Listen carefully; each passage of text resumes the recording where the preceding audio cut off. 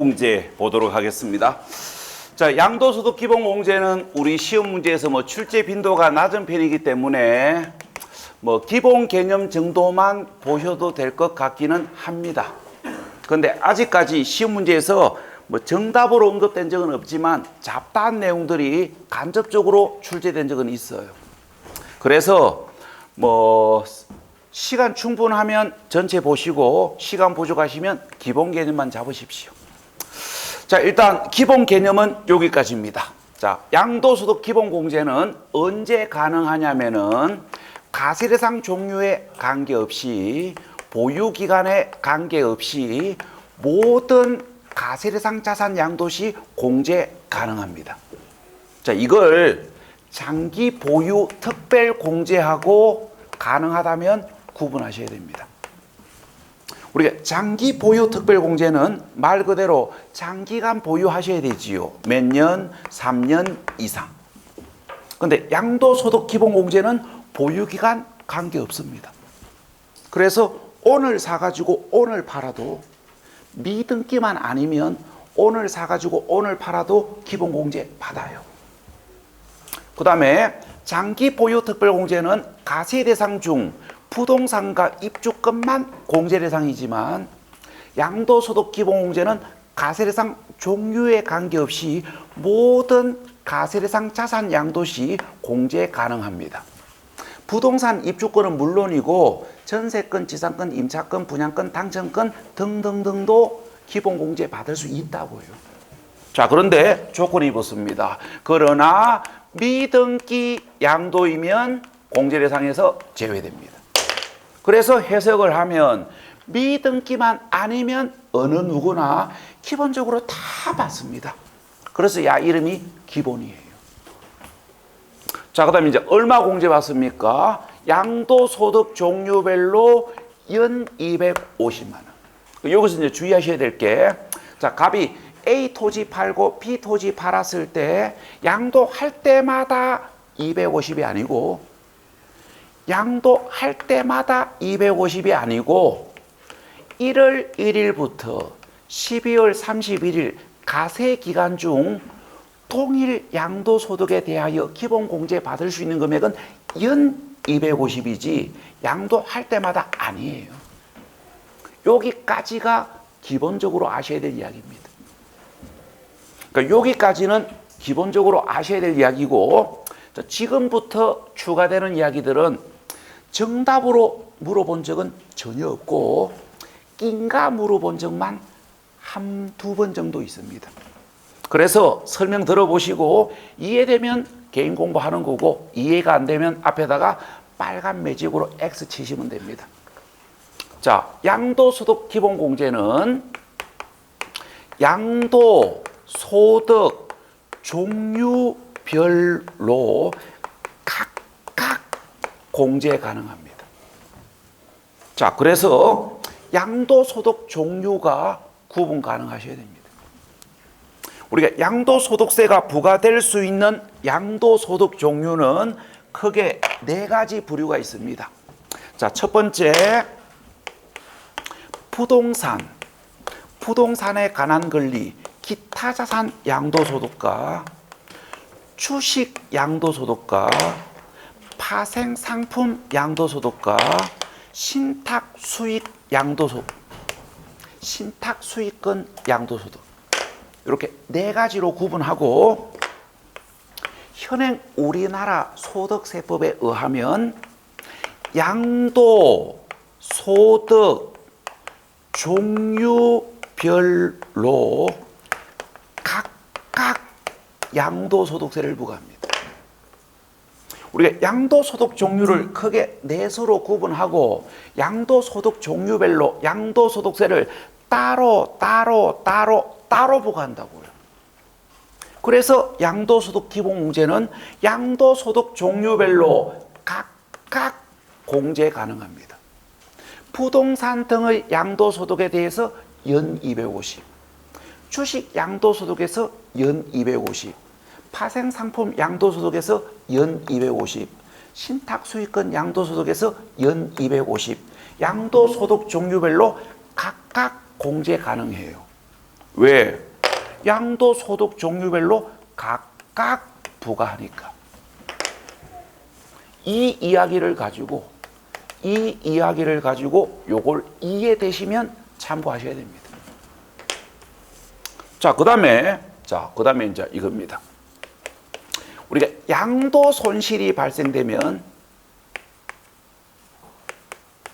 다른 양도 소득에서 공제받을 수 있다, 없다. 요게 최근 10년 동안 정답은 아니었지만 간접적으로 2번 물어봤었습니다. 자, 일단 상식적 이야기를 합시다. 공제하는 게 상식이지. 자, A 분양권 팔고 7천만 원 벌었는데 B 분양권 팔아가지고 5천만 원 손해봤을 때. 그러면 우리가 법이 상식적이라면 합산하고 나머지 2천만 원만 소득세 부과해야 이게 상식이지요. 제가 생각하는 상식은 이겁니다. 자, 그래서 양도 손실이 발생되면 다른 양도 소득에서 공제해 주는 게 원칙이에요. 근데 이제 문제는 이게 문제예요. 우리가 양도 소득 종류별로 양도 소득세를 따로 부과하잖아요. 그래서 무조건적으로 공제받는 건 아니고 동일 유형의 양도 소득에서만 공제 가능합니다. 무슨 말이냐면은 우리가 아파트 분양권 양도 손실을 동일 유형의 양도 소득인 토지 양도 소득, 상가 양도 소득, 아파트 양도 소득, 골프 회원권 양도 소득, 콘도 회원권 양도 소득에서 분양권 양도 손실을 공제받을 수는 있어도 분양권 양도 손실을 주식 양도 소득에서 공제받을 수는 없다고요. 왜? 양도 소득 종류가 다르니까. 더 포괄적으로 이야기하면 양도 소득 종류별로 양도 소득세를 따로 부과하니까. 이 이야기를 가지고 이 설명이 이해되시면 정답으로 물어본 적은 없지만 간접적으로 10년 동안 2번씩이나 물어봤기 때문에 참고는 하셔야 됩니다. 이해되면. 2번씩이나 간접적으로 나왔다는 얘기는 야도 언젠가는 답이 된다는 이야기입니다. 자, 그 다음에 2번째. 당해 연도 양도소득에서만 공제 가능합니다. 그러니까 올해 발생된 양도 손실을 내년으로 이율시켜 가지고 내년에 발생되는 양도소득에서 공제 안 해줍니다. 여기까지가 기본공제 연장선상에서 참고하실 이야기예요. 자, 그 다음에 요약집 160페이지 양도소득세 세율. 자, 양도소득세 세율이 27회 때 나왔었고 30회 때 나왔으니까 뭐 빠르면 올해쯤, 늦으면 내년쯤 물어보겠지. 그래서 기억하십시오. 자, 그런데 그러니까 차이점을 정확하게 알고 기억하셔야 됩니다. 그러니까 차이점을 정확하게 알고 기억하시면 실수가 없는 거고, 차이점을 구분 안 하시고 그냥 덮어놓고 외우시면 헷갈려요. 자, 첫 번째 차이점, 우리가 주택 이외의, 그러니까 주택 이외의 부동산 양도시와 주택 양도시 세율이 다르다. 주택 이외의 부동산, 구체적으로 토지, 상가, 뭐 빌딩, 공장, 사무실, 오피스텔 등 퉁쳐서 일반 부동산이라고 이야기합시다. 우리가 일반 부동산을 팔았을 때와 주택을 팔았을 때 양도소득세의 세율이 다르다라는 걸 구분하셔야 됩니다. 우리가 일반 부동산을 팔았을 때는 보유한 기간에 따라 50%, 40% 누진세율 아닙니까? 자, 그런데 주택을 팔았을 때 양도소득세의 세율은 보유기간에 따라 달라지는데, 보유기간이 1년 미만인 경우에는 50%가 아니고 70%. 보유 기간이 1년 이상 2년 미만일 때 40%가 아니고 60%. 보유 기간이 2년 이상이면 일반 부동산과 동일하게 누진세율. 여기가 다르잖아요. 요 차이를 가지고 여러분들을 헷갈리게 만드는 거예요. 이렇게 물어보는 거 아닙니까? 주택을 1년 8개월 보유하다가 팔면 40% 비례세율로 양도소득세를 부과한다. 이렇게 장난쳐요. 그러면 이 차이를 아시는 분들은 틀렸다는 걸 바로 아는 거고, 이 차이를 순간적으로 깜빡하신 분들은 그럴 거라고 생각하는 거고. 그 다음에 이제 두 번째 정확하셔야 될 거. 우리가 입주권 팔았을 때와 분양권 팔았을 때 양도소득세의 세율이 다르다. 우리가 입주권을 팔면, 우리가 재건축 재개발 조합은 입주권을 팔면 일반 주택과 동일하게 보유 기간에 따라 70%, 60% 누진세율입니다. 근데 아파트 분양권을 팔면 보유 기간이 1년 미만이면 70%, 보유 기간이 1년 이상이면 60%. 이게 끝이에요. 뭐가 없습니까? 누진세율이 없어요. 우리가 입주권은 2년 이상 보유하면 누진세율, 일반 세율 아닙니까? 근데 분양권은 2년 이상을 보유하다가 팔아도, 분양권은 보유기간이 막 2년, 4년, 5년, 8년이 돼도 60%. 그러니까 이제 그런 거 이거예요. 분양권을 취득한 자가 분양권 상태로 팔면 무조건 투기로 보겠다는 얘기입니다. 우리가 입주권은 2년 이상 보유하면 투자로 봐요. 그래서 일반 세율입니다. 우리가 입주권은 2년 이상 보유하다가 팔면 요거는 투자로 보기 때문에 일반 세율을 적용해요. 최저 6%에서 최고 45%. 그런데 분양권을 취득한 자가 분양권 상태로 팔면 보유 기간이 아무리 길어도 투기 행위로 봅니다. 이제 분양권은 이제 뭡니까? 투자 대상 아니라는 이야기입니다. 세법에서 보는 시각은. 그래서 보유 기간이 아무리 길어도 최소 60%. 자, 그 다음에 이제 알고 계셔야 될 거 미등기입니다. 우리가 미등기 양도하면 세법에서는 뭘로 봐요? 탈세 의도로 봐요. 그래서 뭐합니까? 보유 기간에 관계없이 70%. 그러니까 미등기 양도를 하면 탈세 의도로 보기 때문에 보유 기간이 40년, 50년이 돼도 70% 중과세합니다. 여기까지를 잡으셔야 돼요. 여기까지. 별것도 없습니다. 요게 단데 뭐. 근데 이걸 자주 보시는 분들은 아무것도 아닌데 세법 공부를 띄엄띄엄 하시는 분들은 부담스러워요. 자, 일단 우리 시험 문제에서 양도소득세의 세율은 여기까지만 물어봤고 이거 더 이상을 물어본 적은 아직까지는 없습니다. 그래서 뭐 여기까지만 보시면 크게 문제는 없을 것 같은데 지금부터 추가되는 이야기들은 물어본 적은 없지만 만일의 경우를 대비하기 위해서 마음의 여유, 시간 여유가 되면 눈길 한번 주시고 그 반대이면 여기까지만이라도 단디 보십시오. 뭐 제가 아까도 이야기 드렸듯이 다 보는 게 중요한 게 아니고요. 출제 가능성이 어느 정도 있는 것들을 얼마만큼 정확하게 알고 있느냐, 그게 더 중요해요. 그래서 시간적 한계를 느낀다면 이거는 비우셔야 됩니다, 마음을. 자, 일단 설명은 드립니다.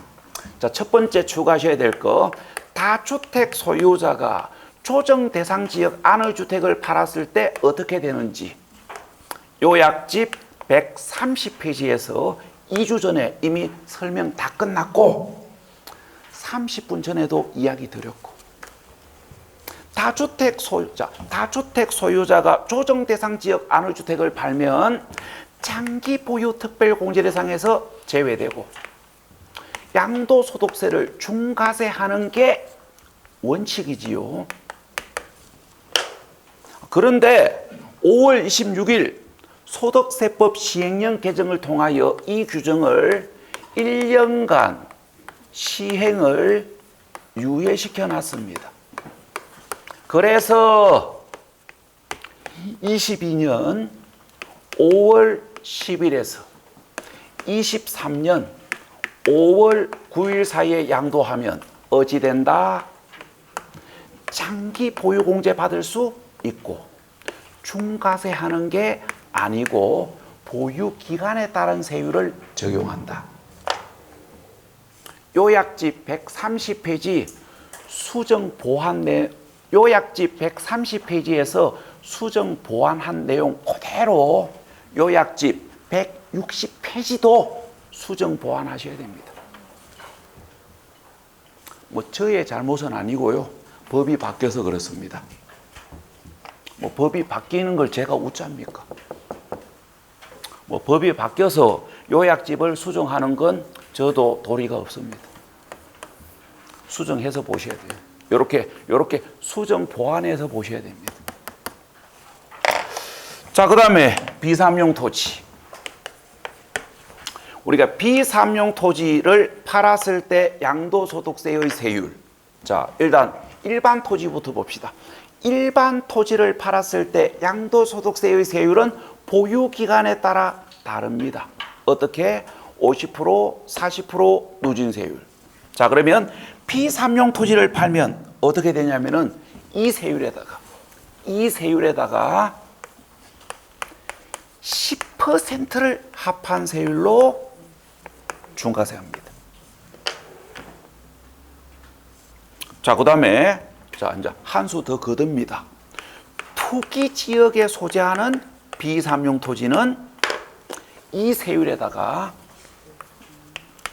20%를 합한 세율로 중과세합니다.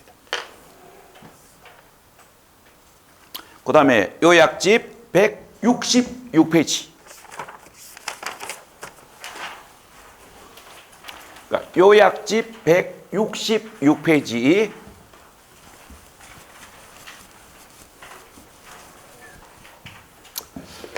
이제 시험 문제에서 보유 기간을 산정할 줄 알아야 답을 찾을 수 있는 문제가 4, 5년에 한 번 정도, 4, 5년에 한 번 꼴 정도로 나옵니다. 참고로 작년 32회 때 증여받은 재산 양도시 보유기간 산정을 물어봤었습니다. 요약집 164페이지. 요약집 164페이지 우리가 1시간 전에 왔다 갔었습니다. 우리가 배우자 또는 직계 존비속으로부터 증여받은 부동산 등을 5년 이내에 양도하면 2월 과세를 한다 그랬고 5년 이상 경과 후에 양도하면 정상 과세를 한다 그랬고 정상 과세되느냐 2월 과세되느냐에 따라 첫 번째 양도 가격에서 공제할 취득가액이 달랐고 두 번째 보유 기간을 산정하기 위한 시점이 달라요. 우리가 증여받은 재산을 팔았을 때 양도소득세가 정상 과세되면 취득일인 증여받은 날로부터 보유기간을 산정합니다.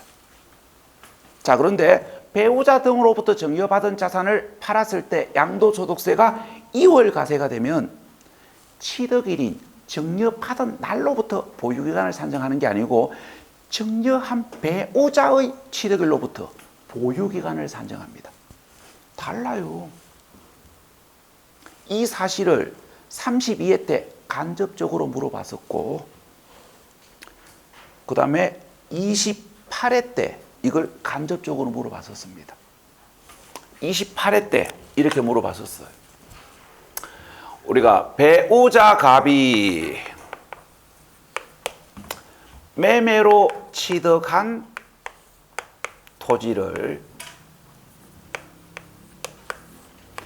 8년을 보유하다가 배우자 을에게 정려를 했고 정려받은 배우자 을이 3년을 보유하다가 팔았을 때,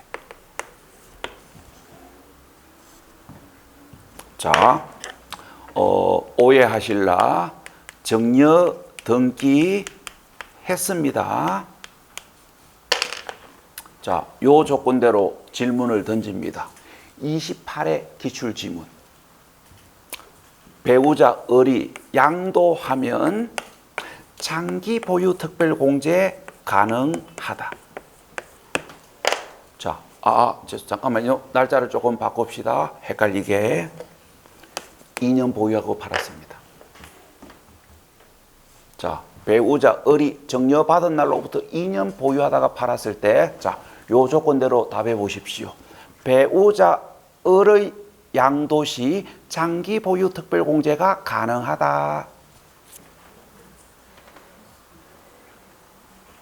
28의 기출지문. 2월 가세에 관한 설명으로 틀린 것은 해가지고 장기 보유 공제 가능하다 이래 물었습니다. 자, 이 지문 맞는 지문입니까? 틀린 지문입니까?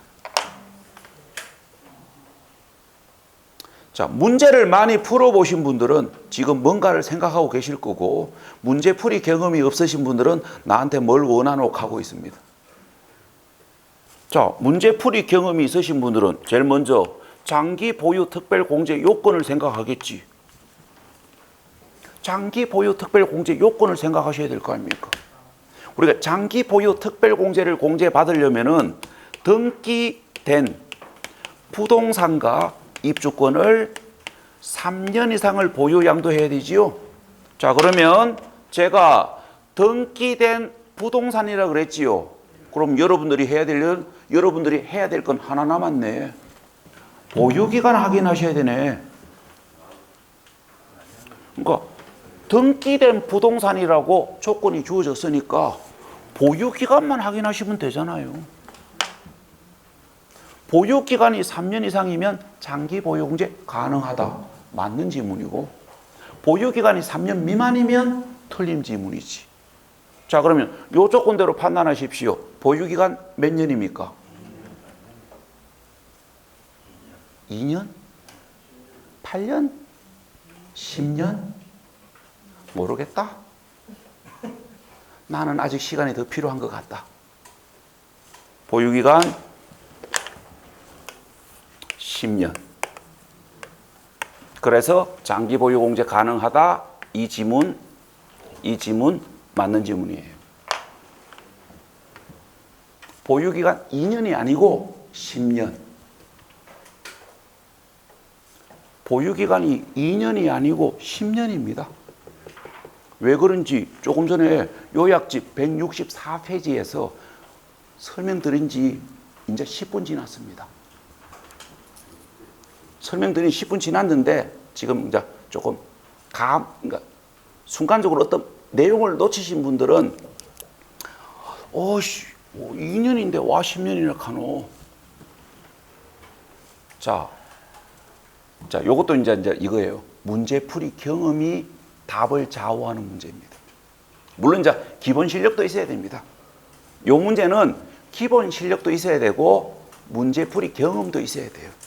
그러니까 기본 실력은 있는데 문제풀이 경험이 없으신 분들은 아마 보유기간이 2년이라고 생각하실 겁니다.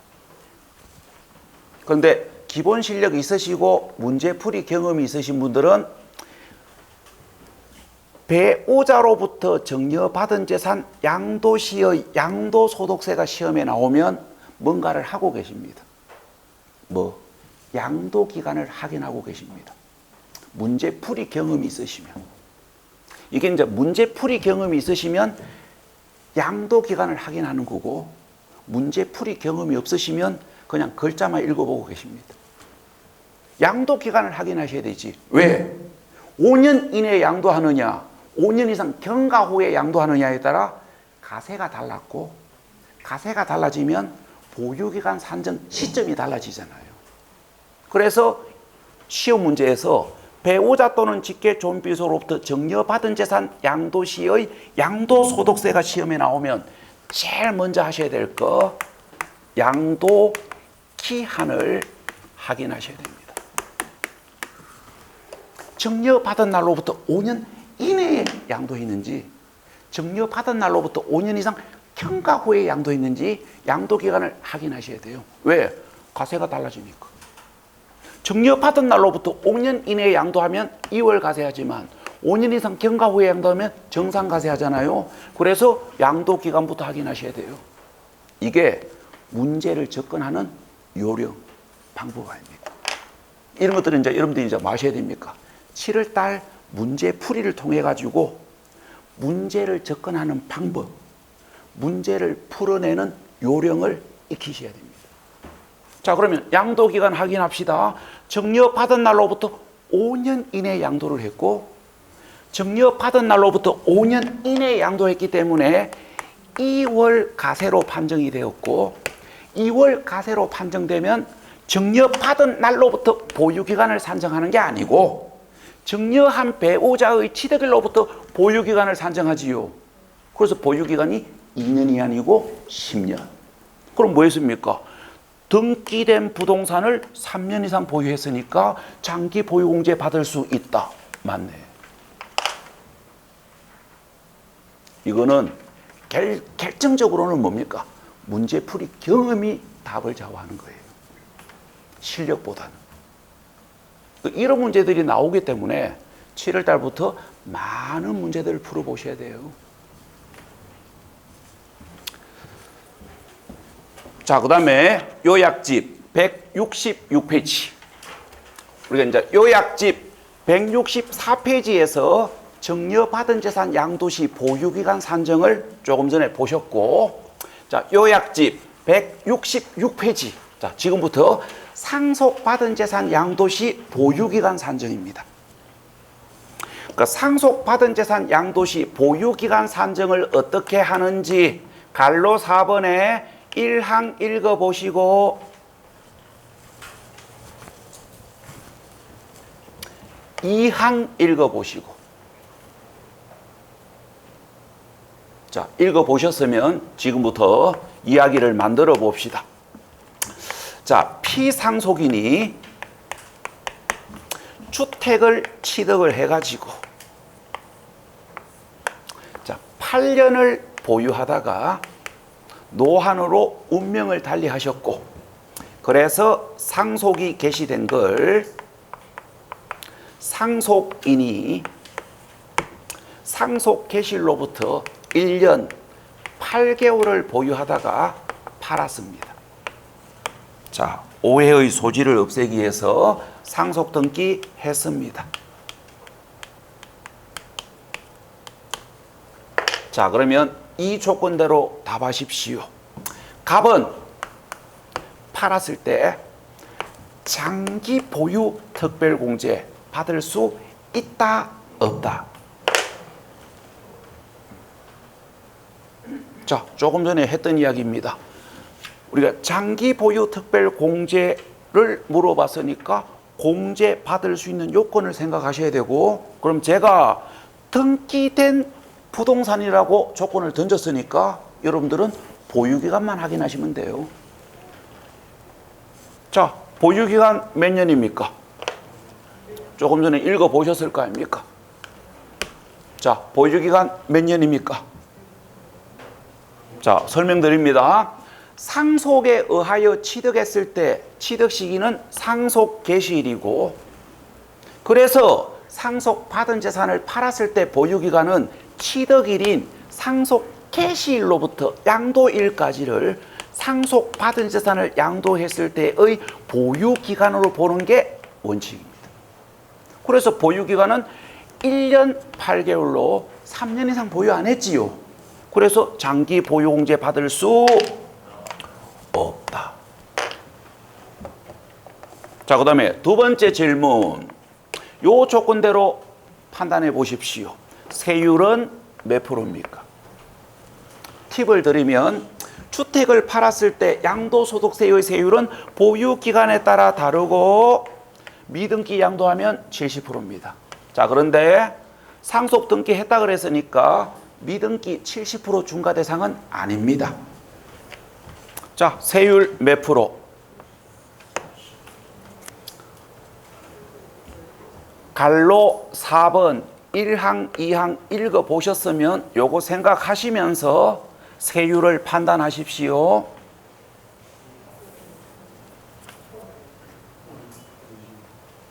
자, 설명을 드립니다. 상속받은 재산을 팔았을 때 보유기간은 상속 개시일로부터 양도일까지를 보유기간으로 보는 게 원칙입니다. 근데 요게 단서가 붙습니다. 그러나 상속받은 재산을 팔았을 때 세율을 결정하기 위한 보유기간은 상속 개시일로부터 보유기간을 산정하는 게 아니고 피상속인의 취득일로부터 보유기간을 산정합니다. 그래서 결론, 상속받은 재산을 팔았을 때 장기 보유 특별공제를 결정하기 위한 보유기간 산정 기준과 세율을 결정하기 위한 보유기간 산정 기준은 다르다. 그림에다가 표시하면 장기 보유 특별공제를 결정하기 위한 보유기간은 상속 개시일로부터 보유기간을 산정해요. 근데 상속받은 재산을 팔았을 때 세율을 결정하기 위한 보유기간은 피상속인의 취득일로부터 세율을 결정하기 위한 보유기간을 산정합니다. 그래서 이 조건대로 이야기하면 장기 보유 특별공제를 결정하기 위한 보유기간은 1년 8개월이지만 세율을 결정하기 위한 보유기간은 9년 8개월이고, 그러면 2년 이상 보유했으니까 적용되는 세율은 최저 6%에서 최고 45% 누진세율.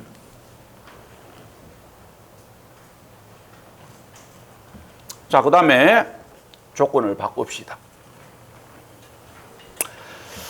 자, 양도하는 날 현재 다른 주택이 없다고 가정을 합시다. 자, 그러면 1세대 1주택이니까 보유기간이 2년 이상이면 비과세 받을 수가 있습니다. 자, 요 조건대로 판단하십시오. 자, 팔면 양도소득세를 비과세 받을 수 있다, 없다. 자, 오해하실라? 미등기 아니고요. 고가주택 아닙니다. 자, 비과세 받을 수 있다, 없다. 자, 요약집 166페이지 갈로 4번에 3항을 읽어보십시오. 3항을 읽어보고 다시 결정해 보십시오.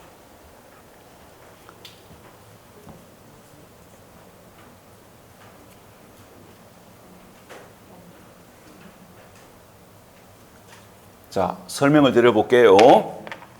우리가 상속받은 주택을 팔았을 때 비과세를 결정하기 위한 보유기간은 취득일인 상속 개시일로부터 비과세 주택 보유기간을 산정하는 게 원칙입니다.